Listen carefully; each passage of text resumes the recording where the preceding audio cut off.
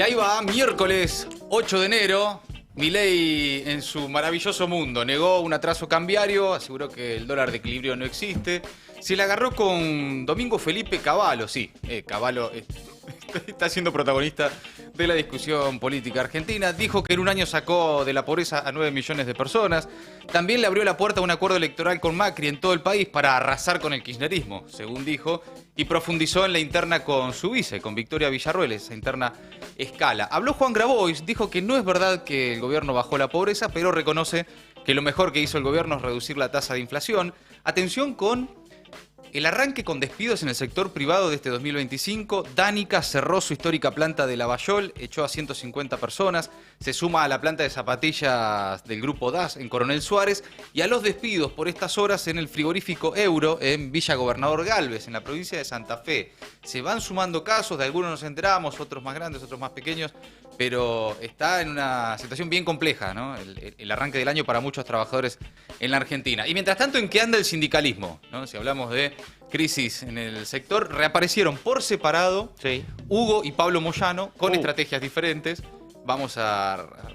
Les voy a contar un rato qué dijo uno. Hace falta más internas. Eso es lo que está necesitando el país, son más internas. ¿Qué necesitamos? Internas, acá tenemos. Bueno, los tractores guardados. Mientras tanto, habló Eduardo Bussi y dijo que la situación del campo es en realidad peor que la de aquella crisis del 2008, pero que bueno, ahora las cosas son distintas.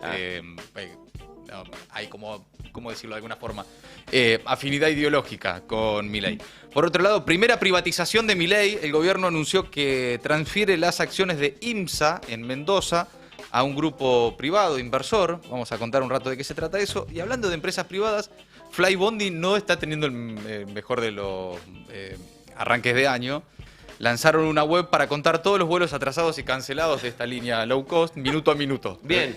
Para tener toda la data. Bueno, por lo menos algo es algo. Si alguien tiene vuelos con Flybondi, es muy probable que no llegue a destino. Vienen con un fin de año y un arranque de año bien complicado, así que novedades en el mundo también, muy caliente la situación en Venezuela. Vamos a empezar a repasar y a resumir todo eso. Mientras tanto, dejan un like y un comentario y empezamos a resumir. El maravilloso mundo de Milei. El presidente negó el atraso cambiario, se la agarró con Cavallo, decíamos, uno de sus mentores ideológicos y, bueno, uno de los padres del liberalismo económico en la Argentina, por lo menos de las últimas décadas. Dijo que el dólar de equilibrio no existe. Repitió algo que ya viene diciendo el gobierno, que en un año bajaron la pobreza, que sacaron a 9 millones de personas de la pobreza, y profundizó la interna con Victoria Villarruel. Arranquemos por ahí brevemente. Dijo que Villarruel cometió errores no forzados y la acusó de no estar en línea con lo que los argentinos quieren. Hay que dar a Victoria Villarruel como definitivamente afuera del proyecto del gobierno, no la libertad, del proyecto del gobierno. Hay que darla por definitivamente afuera. Yo creo que ha estado cometiendo una serie de errores no forzados. Ha tenido muchas declaraciones y actitudes que no están en la línea de lo que el 57% de los argentinos votó, no está en línea con lo que los argentinos quieren. Me parece que la última definición sobre el tema de la remuneración fue muy desafortunado. Lo de las 2 chirolas. Claro, eso es muy desafortunado porque el 95% de los argentinos tienen ingresos inferiores a eso. Usted piense que, voy a decir algo un poco técnico, voy a tratar de explicarlo.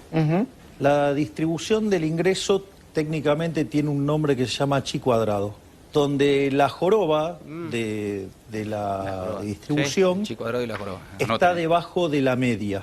Eso quiere decir que usted debajo del ingreso medio de la economía tiene al 75% de los argentinos. El ingreso medio de los argentinos es de, cuando usted repasa los números de distribución del ingreso, cerca de 450.000 pesos. Cuando usted toma el salario promedio del RIPTE, es 1.300.000. Cuando usted toma lo que tiene que ver con el decil más alto de la distribución, va desde 900.000 pesos aproximadamente, estoy redondeando los números, a 7 millones y medio. Y la realidad es que a su vez en ese decil el promedio es 1.300.000 también. Por lo tanto, decir que ganar cerca de 4 millones de pesos es ganar chirolas es estar desconectado de la realidad. Bueno, otra vez, como el fin de semana en Radio Mitre, para pegarle a su vice, yo por eso lo quería escuchar de vuelta completo, vuelve a reconocer que la situación salarial en la Argentina es pésima, lejos del maravilloso mundo que él mismo describe de los salarios en la Argentina, que según el mismo Milei habrían pasado de $300 a $1.100 en un año, ¿no? Entonces, con tal de pegarle a la vice, con la discusión de cuánto tiene que cobrar o no y demás, termina reconociendo algo que es una realidad, que es que la mayoría de los argentinos está con salarios promedios muy por debajo de lo que él mismo había dicho hace un tiempo. Bueno, sí. El presidente se refirió también, cambiando de tema, al valor del dólar. Viste que hay toda una discusión, ¿no? Los reclamos del sector agroexportador, claro, también de algunos empresarios y demás, sobre el dólar, atrasado o no, sobre el atraso cambiario y críticas de distintos sectores. Dijo que el dólar no está atrasado, ratificó la política de dólar barato y peso apreciado, que es lo que estamos viendo por estas horas, y ahí cuestiona las críticas de Domingo Cavallo, uno de sus mentores económicos, y lo calificó como una vergüenza las declaraciones de Cavallo sobre el atraso cambiario. A ver. ¿Es correcto lo que yo le...? En primer lugar, me parece una vergüenza la declaración de Cavallo. Opa. Digamos, y me sorprende para mal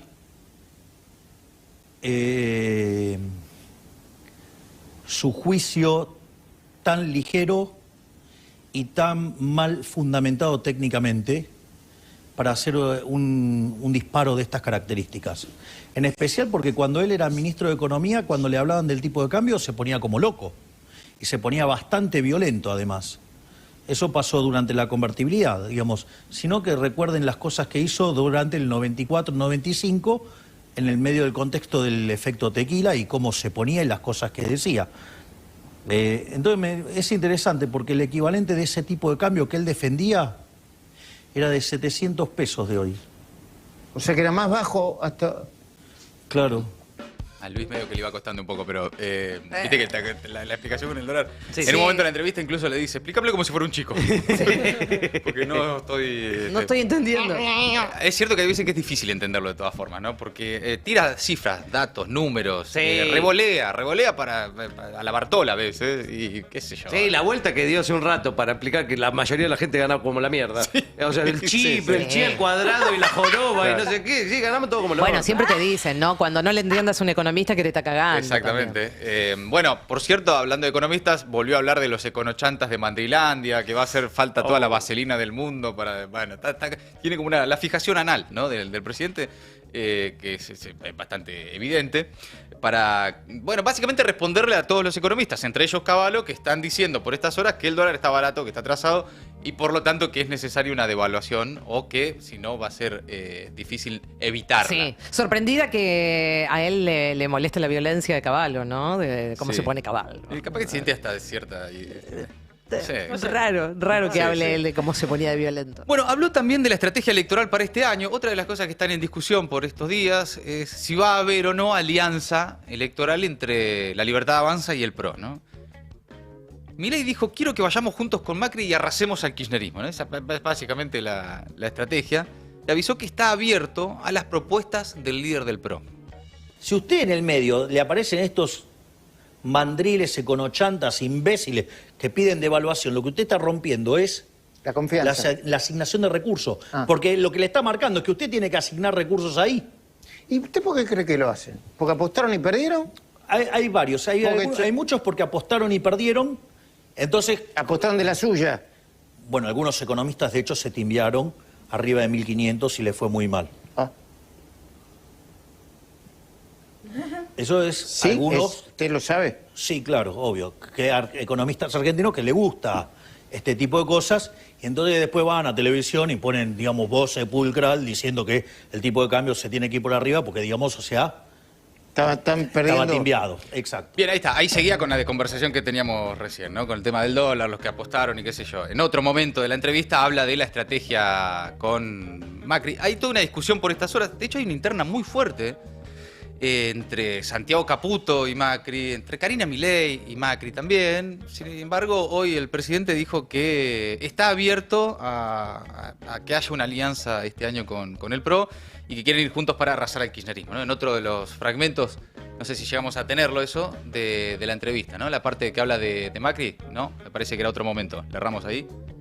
Seguimos, no pasa nada. Bueno, volvemos al maravilloso mundo de Milei. Dice que sacaron de la pobreza a 9 millones de personas en un año. Puede decir, mierda, ¿no? Hay que sacar de la pobreza a 9 millones de personas en un año. Él cuenta, tienen esta forma, esta contabilidad imaginaria, ¿no? A la que nos tiene acostumbrado el gobierno.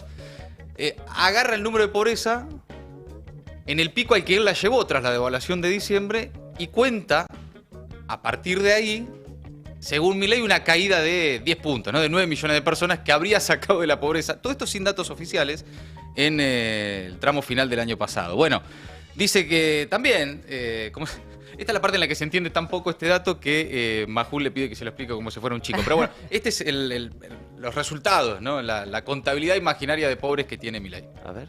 Hay otras cosas que... Entonces eso es la recuperación cíclica. En un contexto donde además baja la inflación, va a seguir cayendo la pobreza. Piense que nosotros, cuando hicimos el sinceramiento de la economía, en la observación mensual que hace Martín González de Rosada de la Universidad... De punta a punta, yo la leí, de punta a punta en diciembre de 57 2023, a 57 a 38... Sí, a 36, 21 puntos. Casi 20 puntos, o 21 puntos. O sea, sacamos de la pobreza a cerca de 9 millones de personas. En Sí, un año. En un año, o sea... Esto no ¿Así, quiere- ¿Así se tiene que ver? Sí, digo, eso no quiere decir que usted lo puede traspolar linealmente hacia adelante. Bueno, son supuestamente estadísticas que el gobierno empezó a difundir en diciembre con encuesta permanente de hogares, del INDEC y proyecciones de la Universidad de Itela, también de la Universidad del Observatorio de la Deuda Social de la Universidad Católica Argentina, pero el dato oficial de pobreza no está. Ese llega en febrero-marzo, porque se mide a semestre vencido, ¿no? Bueno, sobre esto habló Juan Grabois, que lo cruzó a Milei y al gobierno en general con este relato sobre la disminución de la pobreza. Dijo que no es verdad que bajó la pobreza, pero reconoce también que lo mejor que hizo el gobierno es reducir la tasa de inflación. Esto fue anoche en Cenital con Tenenbaum. Ahora, de ninguna manera es cierto que bajó la pobreza en relación al año pasado. No es verdad. Primero, no están los números oficiales sobre los que se basan las otras mediciones. No salió el IPH, salió un chamullo del capital humano. Hay algo que es absolutamente innegable, que es que en la medición que se hace de pobreza, el costo de las tarifas, que no está, y del alquiler, se fue a la mierda.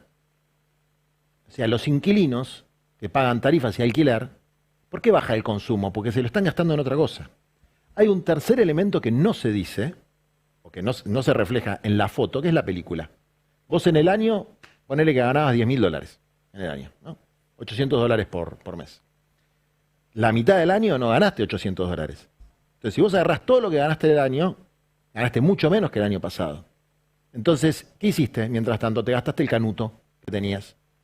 Eso es la clase media. ¿Y qué hicieron los pobres? Se requete contraendeudaron. Con el financista, con el tranza, con el que sea.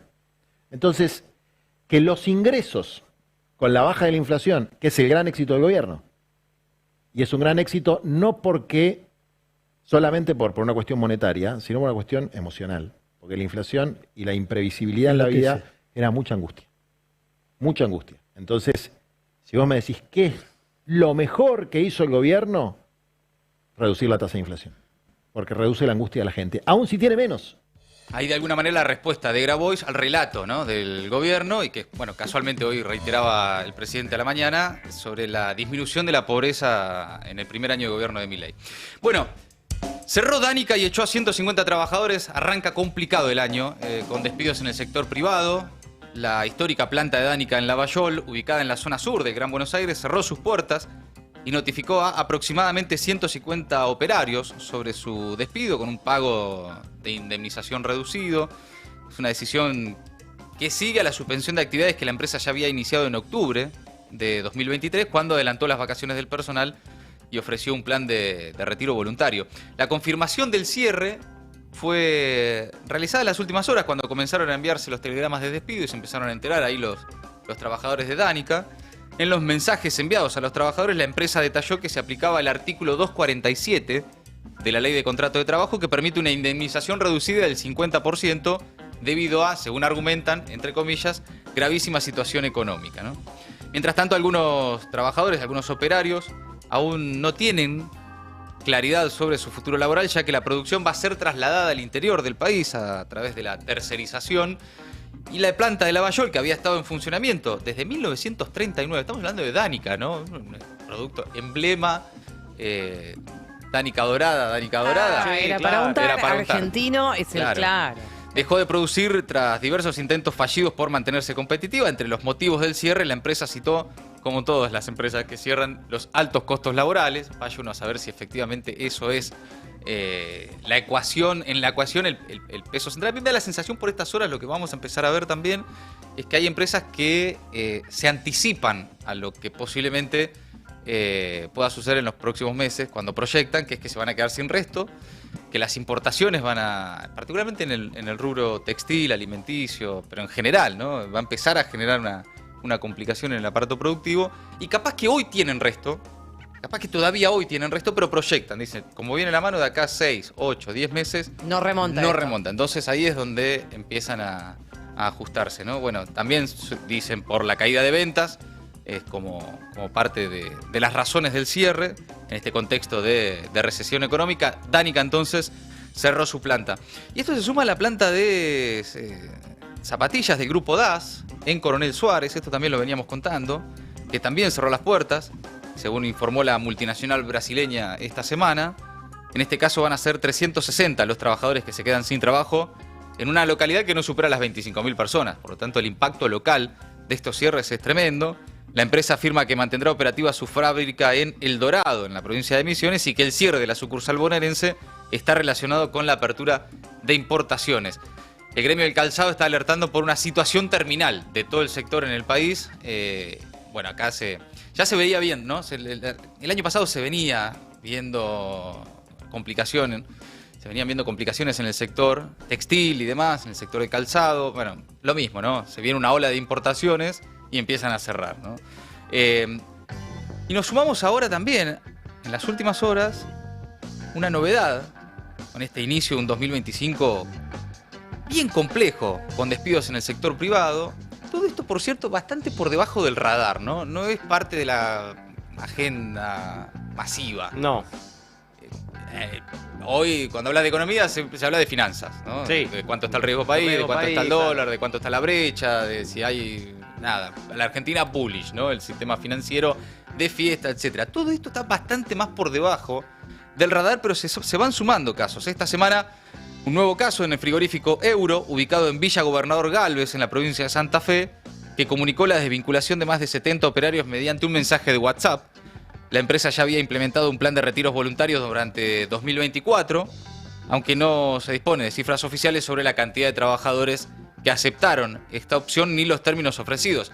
En el portal Infogremiales se citan fuentes internas ahí de los trabajadores que dicen que ante la falta de alternativas laborales y las dificultades económicas de la región, muchos trabajadores rechazaron los retiros priorizando la estabilidad de un empleo formal. Es por eso que la compañía habría tomado la decisión de iniciar 2025 con alrededor de entre 70 y 75 desvinculaciones. Escuchemos a uno de los trabajadores despedidos, a ver qué dice. Esto se debe a un despido masivo por parte de la empresa. Ayer despidieron a 10 personas, 10 compañeros, y hoy hubo algo de 60 o menos. Ya hay algo que se viene repitiendo en los últimos 2 o 3 meses, pero con la diferencia que antes había acuerdos. La gente se iba, eran retiros voluntarios que había. Ahora hoy la gente vino, los compañeros vinieron y se encontraron que no podían ingresar. 70 personas más o menos. 70 personas son los que fueron despedidos por telegrama. Después más lo que acordaron, ya estamos en 170, 180 personas. Bueno. ¿Los motivos que aduce la empresa cuáles son? Y ellos aducen que no le dan los números, a la venta y eso. ¿Ustedes notan que eso está sucediendo? ¿No? Nosotros notamos de que ellos dejaron de traer mercadería para trabajar. Es más, notamos que tiraban la mercadería se estaba tirando. No creemos que sea así. Es más, nosotros le ofrecimos colaboración de varias maneras, porque tenemos muchos años acá y conocemos cómo podría ser para que esto sigan, para que los compañeros no sean ninguno dado de baja, y no aceptaron.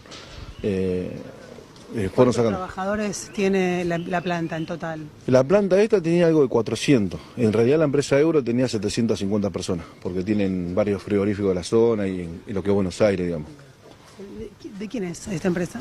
Esta ahora es de una gente de Mar del Plata, Guillermo Salimey se llaman, esas son las familias Salimey. Antes tenía otros dueños, hasta hace 2 años atrás más o menos, que fueron dueños de toda la vida. Eso sí, laburaron siempre acá y conocen de lo que es la zona, conocen lo que es el trabajo y todo esto. Esto es gente que vino de afuera, digamos. Bien, ahí el testimonio de uno de los trabajadores despedidos en el medio Somos. Complejo porque además no solo lo que generan las familias que se están quedando sin trabajo, sino lo que eso genera en los pueblos, ¿no? Pues estamos hablando de pueblos chicos, ciudades pequeñas, que van a sentir el impacto de esa guita que deja de circular, ¿no? Cuando, sí, claro.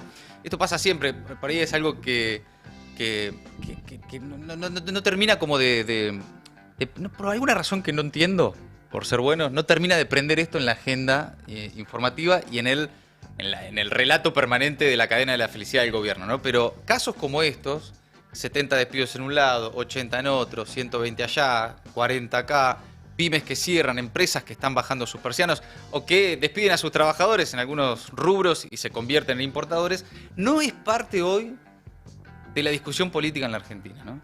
Y eso es lo que nos lleva a preguntar también qué está haciendo el sindicalismo, qué pasa por estas horas con el sindicalismo, ¿no? Porque reaparecieron por separado Hugo y Pablo Moyano, con distintas estrategias, con críticas a Cristina y al PJ. Reapareció Hugo Moyano reclamando unidad sindical. Cuenta Mariano Martín hoy en una nota en El Destape que el cumpleaños de un referente de los sindicatos macristas fue el escenario para la vuelta a la actividad social del líder de camioneros tras la salida traumática de Pablo de la CGT y el cierre a la baja de una paritaria para camioneros, cruzado también ahí por las presiones del gobierno. Un festejo con los sindicalistas más cercanos a Mauricio Macri fue esta semana el escenario para la reaparición de Hugo Moyano tras el cierre traumático de su paritaria, cuenta Mariano en El Destape. El encuentro, aunque festivo, sirvió para la puesta en común de un diagnóstico crítico hacia el presente del Partido Justicialista y de su presidenta, Cristina Fernández, compartido por el grueso de los participantes, dicen. El ex jefe de la CGT volvió a la vida social tras el portazo de Pablo al triunvirato de conducción de la Central Obrera, donde Hugo Moyano colocó a otro hombre de camioneros, a Octavio Argüello, nuevo triunviro de la CGT, que entró como reemplazo de Pablo y que negó en las últimas horas que la central sea tibia. Estuvo con Berkovich en C5N y dijo que la sociedad cree en el gobierno y a la vez advirtió que si esto se profundiza, en algún momento habrá un plan de lucha.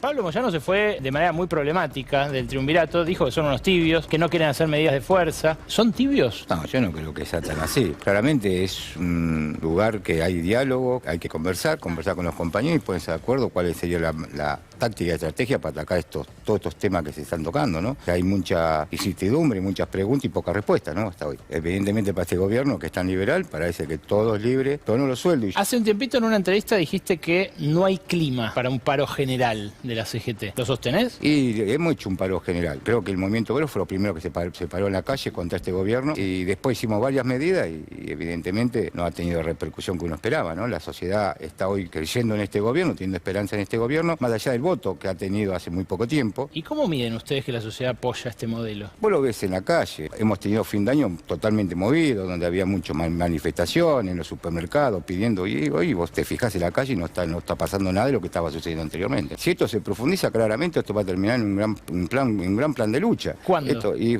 yo creo que no mucho tiempo más. ¿Hasta las elecciones se van a seguir extendiendo la tregua? No, yo creo que no. Vuelvo a repetir, yo creo que está cada vez profundizándose más esto para que en un tiempo no muy lejano se empiece a tomar medidas mucho más profundas.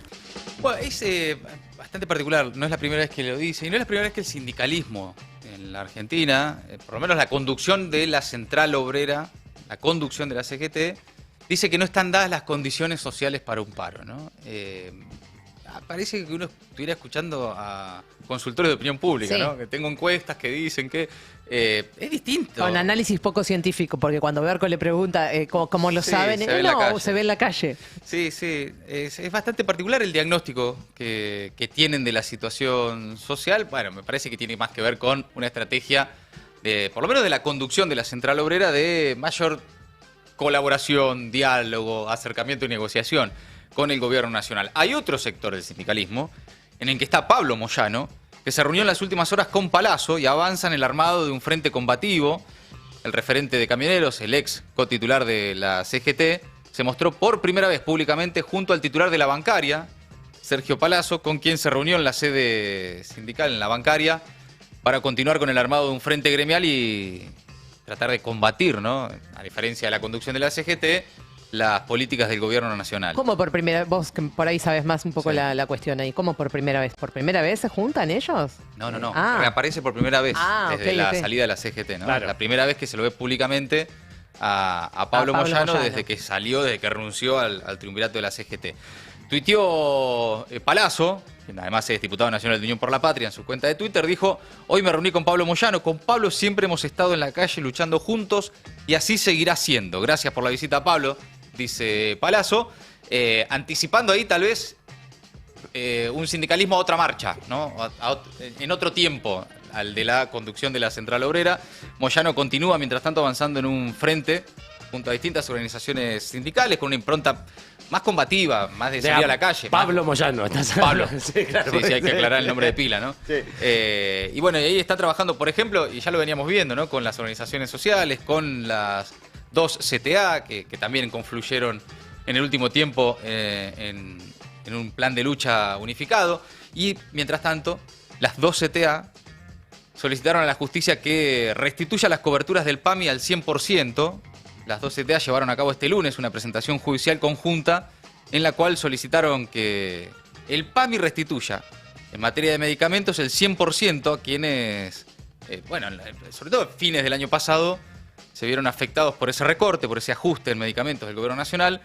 Reclamaron que se declaren la inconstitucionalidad y la nulidad de las resoluciones que cercenaron en una parte de los descuentos y pidieron una medida cautelar de no innovar hasta que se resuelva la cuestión de fondo. Es lo que están trabajando las 2 CTA. Sobre esto vamos a profundizar en otro momento con Gaby, que tiene un informe preparado sobre el tema. Por otro lado, más del sindicalismo, los estatales. También, una cosa es UPCN, Rodríguez y demás, y otra cosa es ATE, Rodolfo Aguiar y compañía. Rodolfo Aguiar, el secretario general de ATE, dijo que lamenta que estén algunos acostumbrados a que todos sean obedientes. Yo lamento que estén acostumbrados a que todos sean obedientes. Lamento que no haya un acostumbramiento o que se sorprendan cuando hay un sindicato que tiene autonomía. Autonomía. Es constitutiva de ATE la autonomía. A nosotros no nos manda un presidente, no nos manda un gobernador, no nos manda ningún intendente. Nosotros resolvemos en asambleas. Bien, y por otro lado, hablando de asambleas y de conflictos, ¿qué pasa con el sector de los productores agropecuarios? Los tractores por ahora bien guardados, pero habló Eduardo Bussi. ¿Se acuerdan? Eduardo Bussi fue el presidente de la Federación Agraria durante aquel recordado conflicto por la 125, año 2008. Han pasado tantos años, tantas cosas ya, pero que marcó, sin dudas, en aquel momento un quiebre, un reordenamiento en la política nacional. Dijo que la crisis actual es peor que la del 2008, criticó al gobierno de Milei y alertó por la actualidad de las economías regionales. Reconoció, Bussi, que en otro tiempo los productores agropecuarios ya estarían apuntando a hacer asambleas. Escuchalo. Bueno, la situación hoy es mucho más grave que en aquel conflicto del 2008. El conflicto del 2008 fue un conflicto por la rentabilidad, o sea, fue un intento de confiscación autoritaria por parte de Lustó y el gobierno de ese momento sobre una renta extraordinaria, valores internacionales extraordinarios. Entonces necesitaba $2.000 millones para cubrir el presupuesto 2008.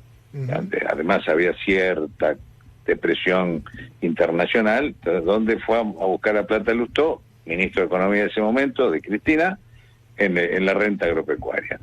En este momento es muchísimo peor, porque siguen manoteando el 33% del principal rubro, que es la soja, pero en un contexto de menos de $300 la tonelada, que es lo que está, a donde han caído los valores en este momento. O sea, en este momento tenemos lo que... Bien, ahí dice Eduardo Bussi, la situación actual es peor a aquella del 2008, pero bueno, evidentemente hay alguna afinidad ideológica con el gobierno de Milei, de productores, un sector que con tal de que no gobierne el peronismo es capaz de bancarse casi cualquier cosa, y también, por supuesto, de sectores que lo contábamos ayer, ¿no? Que no van a ser tenidos en cuenta por el gobierno, tendrán que ver, porque en el sector agroexportador o en el sector agropecuario es bastante más difícil reconvertirse, ¿no? A diferencia de por ahí empresarios o del aparato productivo nacional que están ya transformando sus empresas en importadoras, ¿no? En el sector agroexportador van a seguir reclamando lo que el gobierno les viene prometiendo y no cumplen, que es la baja de retenciones. Ahora, también es complejo, ¿no? Porque una baja de retenciones al mismo tiempo sería menor recaudación para el gobierno, menor recaudación es más ajuste. Entonces, cualquier movimiento hoy genera siempre tensiones en una Argentina que está, la sensación de que la Argentina está al límite, ¿no? Y que cualquier movimiento... Todo pende de un hilito, ¿viste? Sí, sí, es complejo. Pero no deja de ser llamativo que sectores que están mal no reclaman. Y no solo el agro, ¿no? Veíamos también la postura de algunos sectores del sindicalismo y demás. Bien, cambiamos de tema. Primera privatización de Milei. Gente, llegó la primera. El gobierno anunció que transferirá las acciones de IMSA a un grupo inversor. Celebró Toto Caputo. Privatizamos IMSA, dijo el ministro de Economía en su cuenta de Twitter al compartir la noticia de la venta de esa empresa metalúrgica al consorcio IAF, cuyo socio principal es Arc Energy, celebrando ahí con Alfredo Cornejo, el gobernador de la provincia. IMSA, que tiene un siglo de historia, llegó en su mejor momento a exportar tecnología a decenas de países. Actualmente ya desde hace rato viene en crisis, se encuentra muy endeudada, tuvo que renegociar $500 millones. La empresa se dedica básicamente a la fabricación de equipos como turbinas, grúas, reactores. Viene desde hace rato en crisis, viene de salvataje en salvataje, pero finalmente para el gobierno hoy salieron a celebrar, medio como... Sí, llegó el primer gol, ¿no? Claro, como el primer turista que llega a Mar del Plata, ¿viste? Sí, claro. O el primer bebé del año. El primer bebé del año, el primer gol en primera, etcétera, la primera privatización, y de esta manera la compañía, ya intervenida por el Estado en 2021 para evitar su quiebra y en aquel entonces tratar de garantizar la continuidad de sus operaciones, vuelve a manos privadas. Hablando de empresas del sector privado, Flybondi. En el último año las cancelaciones, reprogramaciones y atrasos en los vuelos fueron notorios, y ahora en las vacaciones de verano especialmente, las quejas de los pasajeros en redes sociales, en los móviles de televisión en Aeroparque, es como un descontrol. No, la verdad que yo no me enteré, yo creo que a esta altura sería noticia de ningún avión que salió de horario. De Flybondi. Claro, la noticia sería esa. Claro. No solamente a horario, en el día correcto. Bueno, hay dos tuiteros, dos desarrolladores, tuiteros conocidos como Eso es Nulo y Russo Smith, que lanzaron una web, una página que indica por día, número de vuelo, origen y destino, cada uno de los retrasos, reprogramaciones y cancelaciones de Flybondi. Se llama Flybondi Fail. En total, Flybondi desperdició aproximadamente 7 días de vida entre todos sus pasajeros. No. Informa la web al momento de esta publicación. Por favor. Estamos ahora viéndola en vivo, esa página que bueno. Puesto así es muy difícil. Sí. Y sigue sumando, mirá. En total, Flybondi, esto dice ahora, desperdició aproximadamente 1 año, 7 meses y 11 días de vida entre todos sus pasajeros. El vuelo más atrasado fue tal de Aeroparque a Iguazú, que salió 12 horas 59 minutos tarde. Bueno, qué macana. De 75 vuelos, esto en vivo, 42 tardaron más de 30 minutos en despegar y 4 vuelos fueron cancelados. Bueno, viene con un récord impactante, ¿no? Está bien, estamos en una época donde todo se vive demasiado rápido, el dinero se gasta demasiado. Mira, vos te sacás un pasaje a Córdoba y por ahí en media hora ya estás en Córdoba. Pero acá te lo disfrutás como 12 horas más. La guita te dura más. Pero no es que viajás más, estás esperando más. Pero disfrutás más. La guita que gastaste te dura más. Se disfruta, se gasta. Bueno, escuchen cómo se queja en Aeroparque un turista porque Flybondi le canceló el vuelo 3 veces. Escuchá. Tercer vuelo, como se dice, reprogramado que tengo en 7 días. ¿En 7 días viajaste? Sí. O sea, elegiste 3 veces Flybondi. Se reprogramó a Mendoza. Bueno, el de Posada también fue lerdo. ¿De dónde venís vos? En realidad de Misiones, pero de Suiza estamos ahora de vacaciones acá. Okay. Y era para recorrer un poco Salta, Mendoza. Querías recorrer un poco el país y en las 3 oportunidades te cancelaron o demoraron. Y se canceló total ahora. Lo que te vas a recorrer seguro son los aeropuertos, eso sí, ¿eh? bueno. Te podés recorrer todos los aeropuertos. Garrón, por Dios. Qué garrón, ¿no? Y a la hora de Sí. comprar, amigo, fíjate, porque ya si te vas a comprar 3 veces, Claro, 3 sí, por pasajes ahí a sí. Flybondi, capaz que yo lo pensaría la Claro, cuarta vez. La próxima prueba con otro. Gran idea en el chat de YouTube de Carlos Daniel García. dice? Hay que privatizarlo. Hay que privatizar el Flybondi, ¿no? Escuchen ahora un español también, quejándose del servicio de Flybondi, contó que le reprogramaron en este caso el vuelo 2 veces. A ver. ¿Cómo reaccionás vos ante estos Pues incumplimientos? para mí, yo como turista, pues me parece demasiado mal. O sea, llevo 34 años de vida y nunca he tenido este problema. Es decir, y más, a mí lo que me llama la atención es que no ponen ninguna causa. Ayer me llegó un mensaje a la noche y me dicen, tu vuelo es reprogramado a tal hora, o sea, ya es la segunda vez que lo reprograman. Han sido 5 horas de demora, que al final entre un aviso y otro no cumple las 4 horas de demora, por la que entonces la empresa no se pone, no hace nada. Y me parece, vaya, una burla porque me parece que al final, en parte como turista, esto al final pues dificulta mucho a la hora de luego reprogramar viajes, volver a venir. Me parece una burla, porque encima no hay atención ninguna. A cruzarlos. A cruzar los dedos. A cruzar los dedos. Igual, muy educado. Sí, sí. Muy educado, Sí, sí. podría estar puteando Sí, bueno, en claro. todos los idiomas, ¿no?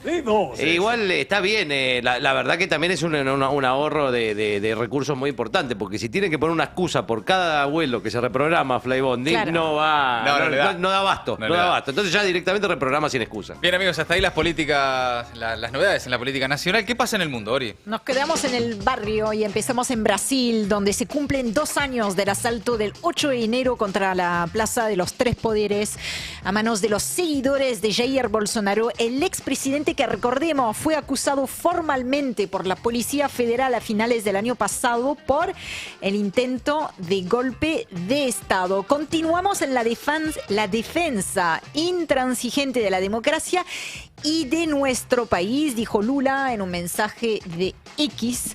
Nuestra respuesta a los ataques antidemocráticos es la unidad, la solidaridad y el amor. Y así seguiremos, dijo el presidente brasileño, que compartió un video junto con ese mensaje, contrastando o mostrando el contraste entre la destrucción, que uno se va olvidando. No sé si se va olvidando las imágenes, pero claro, pasan tantas cosas al mismo tiempo. Muy impactante lo que sucedió aquel 8 de enero. Claro. Entonces, un video que simplemente contrasta las imágenes de lo que fueron los hechos de violencia de aquel día con lo que fue todo el trabajo de restauración del patrimonio dañado durante el asalto, ¿no? Con algunas imágenes mostrando a los trabajadores y las trabajadoras recuperando ese patrimonio, me refiero a un patrimonio cultural, ¿no? Bien, dejamos Brasil y nos vamos ahora, si están de acuerdo, ¿A dónde? Panamá, donde el gobierno se vio obligado a recordarle a Donald Trump que el canal de Panamá es de los panameños y las panameñas. Lo escuchamos al canciller. En desarrollo. Hacemos enlace de inmediato con Luis Alberto Jiménez en Palacio de las Garzas. Luis Alberto, cuéntanos. A ver, me parece que no estamos exactamente en el momento indicado. Yo les voy a contar lo que dijo Javier Martínez Hacha, que comentó, reiteró lo que ya ha dicho el presidente José Raúl Mulino: la soberanía de nuestro canal no es negociable y es parte de nuestra historia de lucha y una conquista irreversible. Incluso llegó a decir, las únicas manos que controlan el canal son panameñas y así seguirá siendo. ¿Qué está sucediendo? Bueno, Donald Trump tiene la intención, Se está peleando con todo el mundo, y de esto, literalmente. sí, pero un emperador, estamos por ver un emperador asumir al frente de Estados Unidos. Ha dicho muchas cosas, vamos a indagar en esa cuestión en el transcurso de la tarde, pero primero contarles que Trump tiene la intención de extender el territorio estadounidense, así como me lo estoy diciendo, desde Panamá hasta Groenlandia, Pará, pasando loco. por Canadá. Pero pará, loco. Y ustedes dirán, es una exagerada esa francesa, no entendió nada. Bueno, no entiendo mucho, pero un poquito sí. Y la idea en realidad no es nueva, simplemente le ha dado mucho más fuerza ayer en una conferencia de prensa Donald Trump, donde se refirió efectivamente al canal de Panamá, a Groenlandia y a Canadá, y no descartó la opción militar para lograr sus objetivos. Propuso además renombrar el Golfo de México Golfo de América. Sí, dale, pará, ¿qué querés? Y hace Todo unos tuyo. segundos, hace unos minutos le contestó Claudia Sheinbaum. Ahora dejamos entonces las ambiciones imperialistas de Donald Trump para terminar en Venezuela, donde el clima está realmente muy caldeado a tan solo 72 horas de la toma de posesión.